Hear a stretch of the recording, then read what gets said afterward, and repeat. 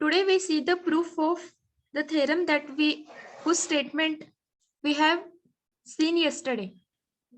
In first part, we prove Xn is a strongly convergent sequence, then it is weakly convergent sequence also. So by definition of strong convergence, limit n tends to infinity, norm of Xn minus x is equal to 0. Right here is equal to 0 by definition of strong convergence. Hence, norm of Xn minus x tends to 0 as n tends to infinity. To prove that it is weakly convergent, by definition of weak convergence, we prove that f of xn converges to f of x. We are going to prove that f of xn converges to f of x, where f is a functional, bounded linear functional on x, that is f belongs to dual space of x, that is x dash. So for any f belongs to x dash, mod of f of xn minus x is less than or equal to norm of f into norm of xn minus x. Because f is bounded linear functional, because f belongs to x dash. This implies f of xn minus f of x in mod less than or equal to norm of f into norm of xn minus x. This is on left hand side, we have write this because f is linear. Now this converges to 0 because norm of xn minus x converges to 0. Hence the term on right hand side converges to 0 as n tends to infinity.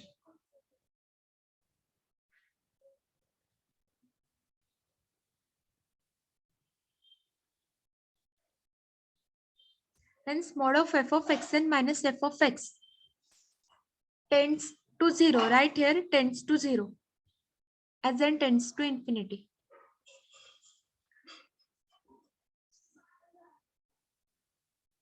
So xn converges to x weakly as n tends to infinity by definition of weak convergence.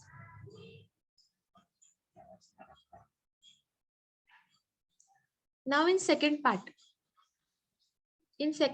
we prove if a sequence is weakly convergent sequence, then it is not necessary that it is strongly convergent. Let us see the proof. Let E1, E2 up to so on En be orthogonal sequence in Hilbert space capital H.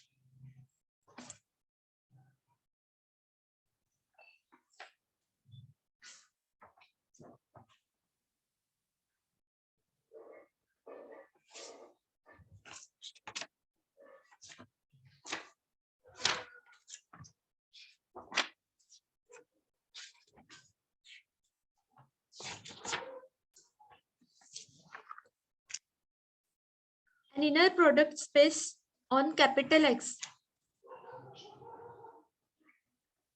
Let us see definition first. An inner product on capital X is a mapping of Cartesian product of X with itself, X by X, into K, that is scalar field of X, such that it is denoted by inner product of X comma Y. There is a bracket X comma Y. It satisfies properties. Inner product of x plus y comma z is equal to inner product of x comma z plus inner product of y comma z. Inner product of alpha x comma y is equal to alpha into inner product x comma y. Inner product x comma z is equal to conjugate of inner product y comma z. And inner product x comma x is equal to 0 implies and implied by x is equal to 0.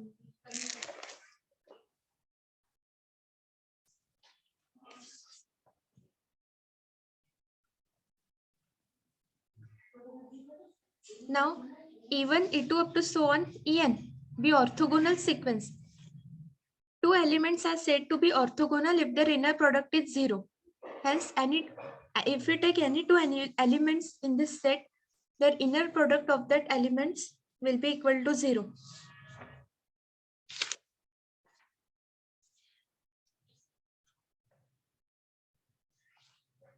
Now, every f belongs to x dash has Rees representation.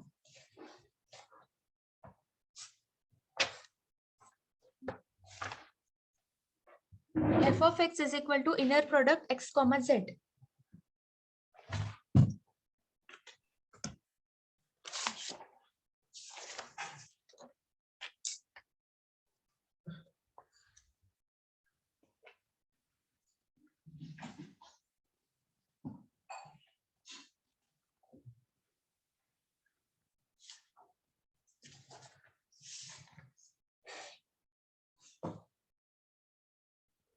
We define f of En is equal to inner product En comma z.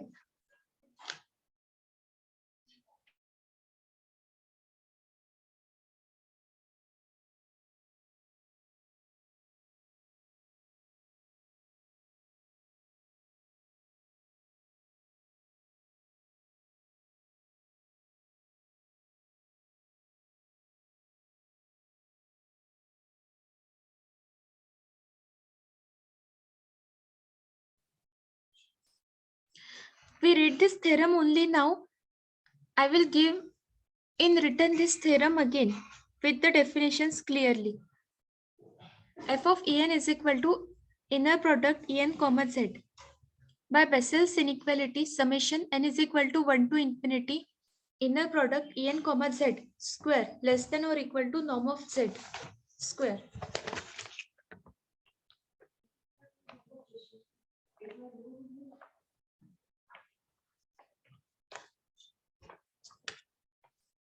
As the series on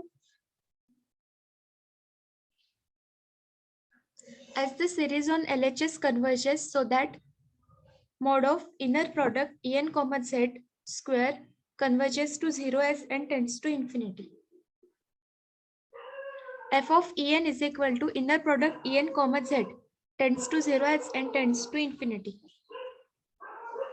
But f belongs to x dash was arbitrary, so that however sequence En does not converges in a norm, as norm of En minus Em is equal to square root of 2 if n is not equal to m. This shows that sequence En is not convergent in a norm. Hence, it is not strongly convergent.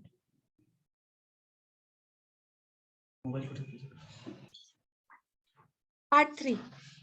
Let X be a finite dimensional space, that is, dimension of capital X is less than infinity. Let dimension of capital X is equal to k, which is a finite number, and xn converges weakly to x in capital X.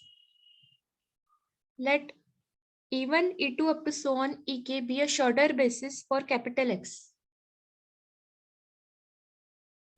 Consider any element xn for any n is equal to alpha 1 n E1 plus alpha 2 n E2 plus and so on alpha k n Ek.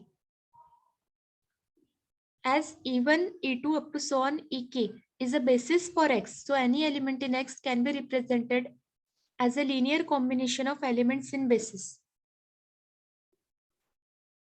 Let X is equal to alpha 1 E1 plus alpha 2 E2 plus and so on plus alpha k Ek.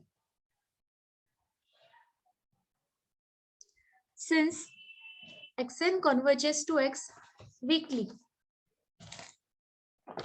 in this theorem we are proving that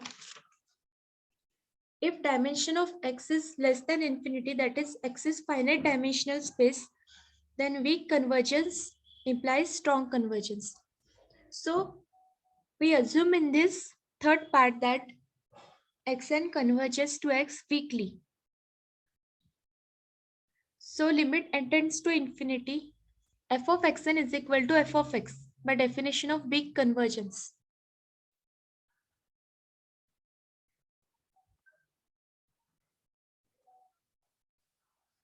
Now f1, f2 up to so on fk. Let us define it by fg of em is equal to 1 if j is equal to m and is equal to 0 if j is not equal to m.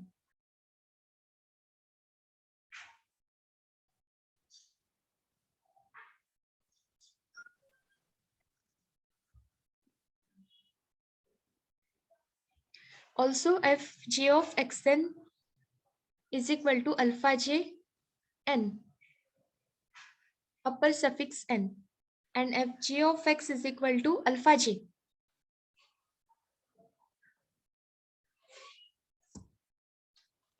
This we define. Now alpha j to the upper suffix n converges to alpha j. This is by 1 because fg of xn converges to fg of x. So alpha jn converges to alpha j.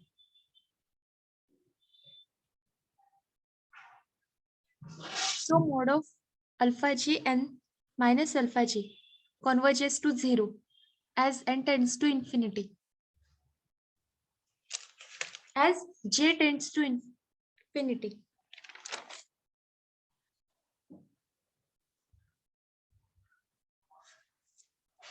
Yes, as n tends to infinity for different j. It is correct, n tends to infinity.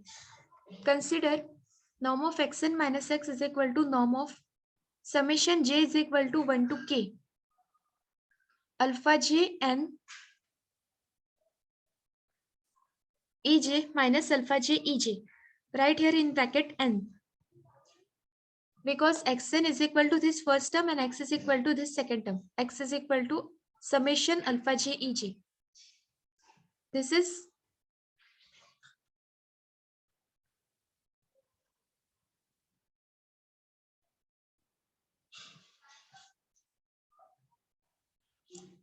ej we can take common. This is less than or equal to summation j is equal to 1 to k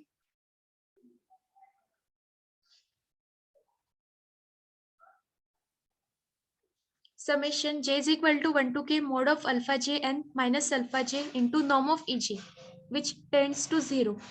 This is because alpha j m converges to alpha j and norm of ej is equal to 1.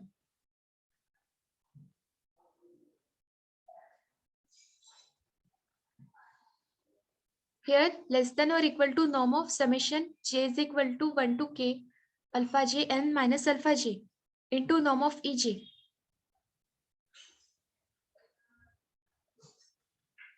Norm of ej is equal to 1 and summation j is equal to 1 to k mod of alpha j n minus alpha j, it converges to 0. So right hand side converges to 0. So that norm of xn minus x tends to 0 as n tends to infinity.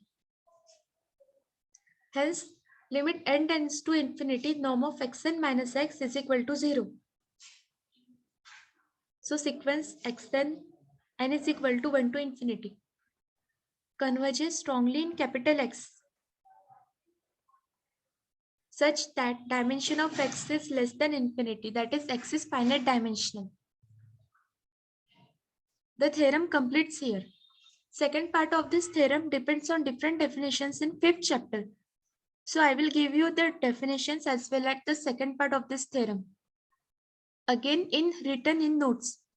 When you read that carefully, you will understand that. If any difficulty, then later you can ask.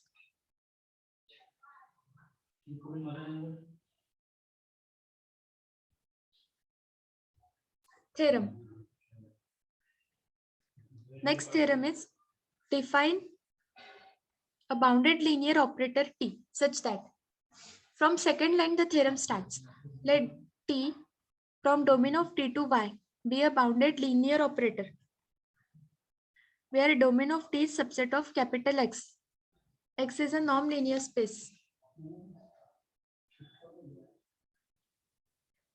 Then prove that The norm of t is defined by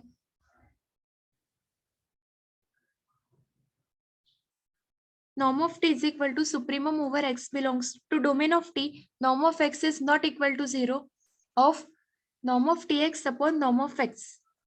We have to prove that this is the norm of t. To prove this, we prove that this norm satisfies all the properties of norm. If it satisfies all the properties of norm, then it is proof that this is the norm.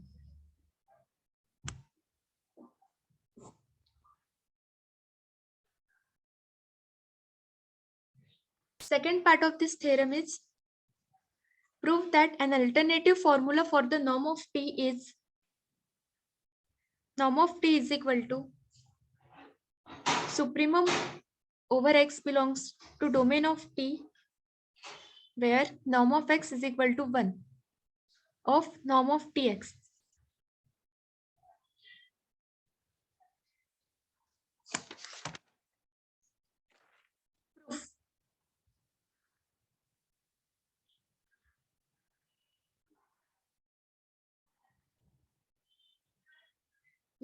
In proof you have to write first.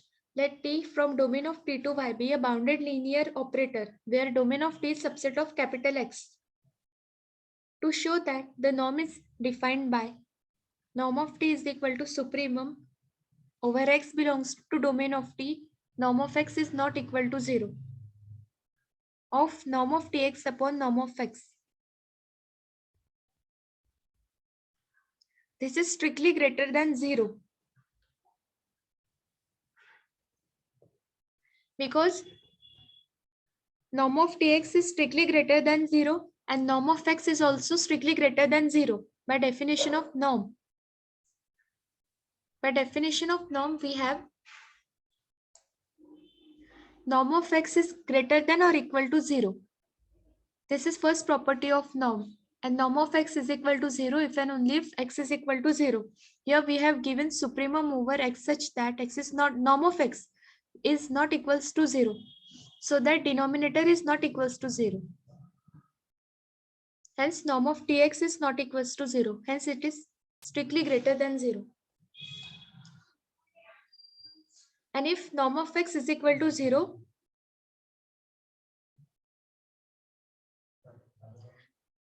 hence norm of t is greater than or equal to 0. You have to write here greater than or equal to 0.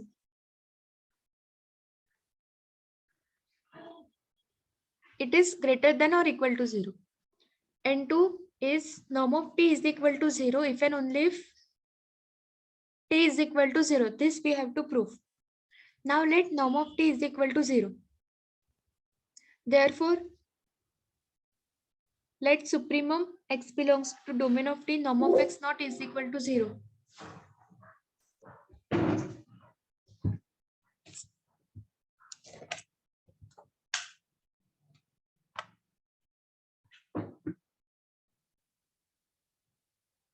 Norm of tx upon norm of x is equal to 0. If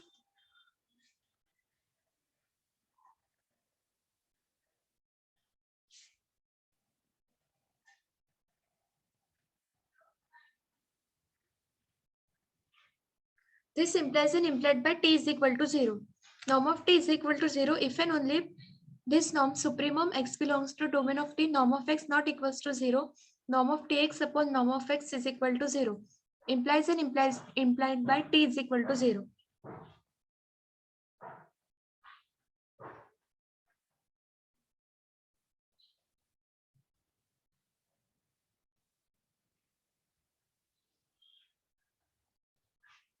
Next, norm of alpha t is equal to supremum over x belongs to domain of t, norm of x is not equal to 0 of norm of alpha tx upon norm of x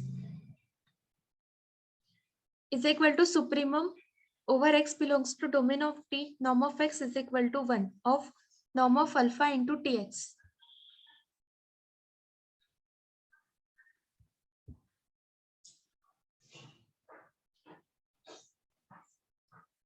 Is equal to supremum over x belongs to domain of t, norm of x is equal to 1 mod of alpha into norm of tx, and mod of alpha we write on left side of supremum. This is because t is linear.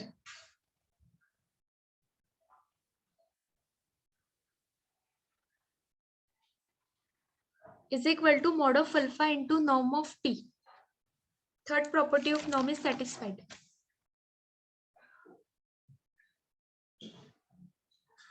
Now consider norm of t1 plus t2 is equal to supremum over x belongs to domain of t, norm of x is equal to 1 of norm of t1 plus t2 of x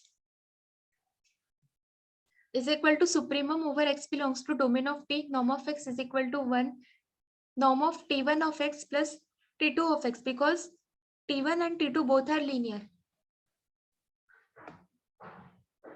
This is less than or equal to supremum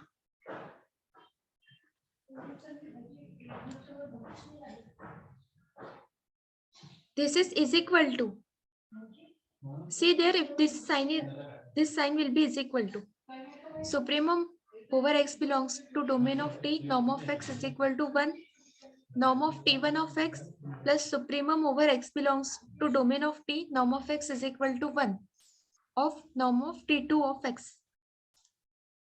This is less than or equal to norm of t1 plus norm of t2.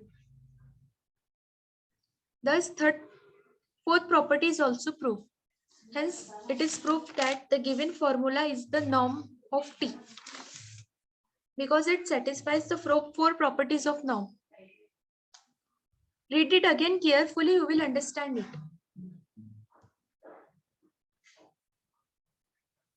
In part 2,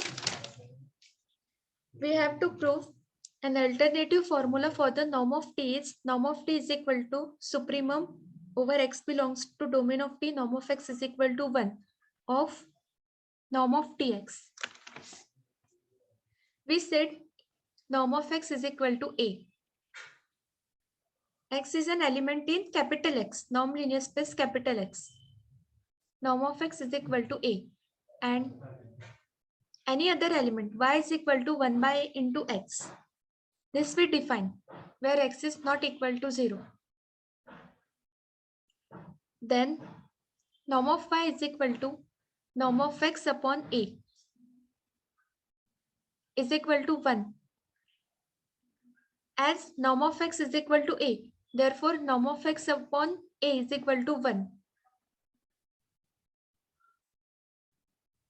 Since t is linear, so we can write norm of t is equal to supremum over x belongs to domain of t, x is not equal to 0. 1 by into norm of tx.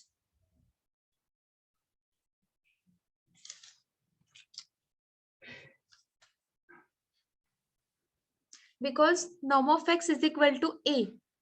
So in place of norm of x, we write a here in formula. This is by formula of norm of t. And as t is linear, now you can write in second step that t is linear. So that we can write 1 by a inside the norm.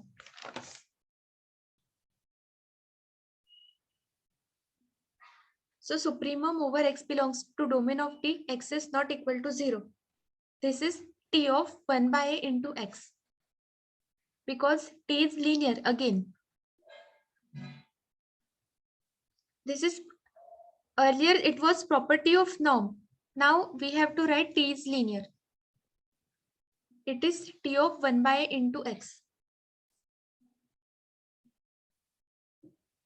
But 1 by a into x, that is x upon a. Norm of x upon a is equal to norm of y. So that norm of t of x by a is equal to norm of t of y. You can separate the norm and write it again also.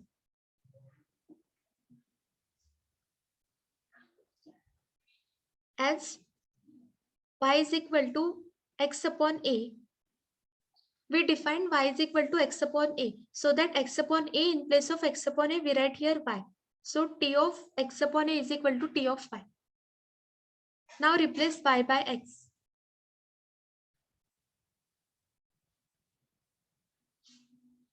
So that norm of t is equal to supremum over x belongs to domain of t. Norm of x is equal to 1 of norm of tx.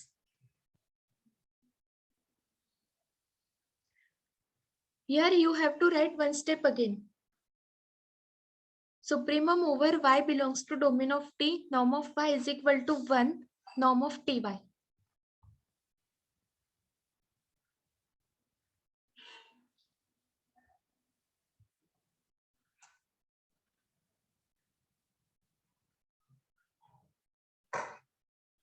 Hence the theorem is proved.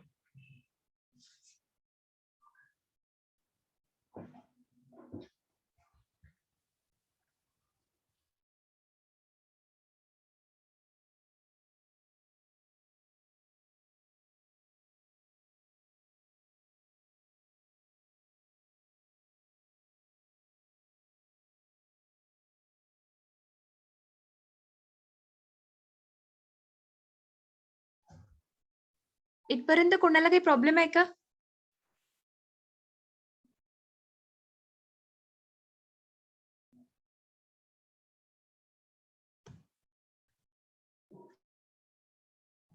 No, ma'am.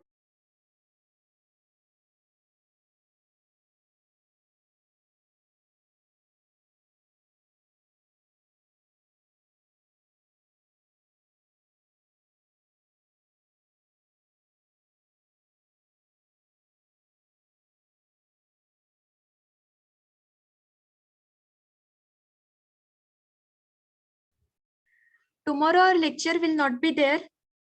So you read this chapter carefully in these 2 days. Read all the definitions. Serve definitions व्यवस्थित read करा. आणि कुठे काही difficulty असेल, then you can tell me in next lecture. You can tell me personally also. Read the chapter carefully, read all the definitions, and if you have any difficulty, you can tell me personally also. You can tell me in next lecture also. In next lecture, write down all the notes in your book. Write down all the notes carefully also. Write the notes of second chapter in your book carefully. And in next lecture, we start the next chapter. We start third chapter.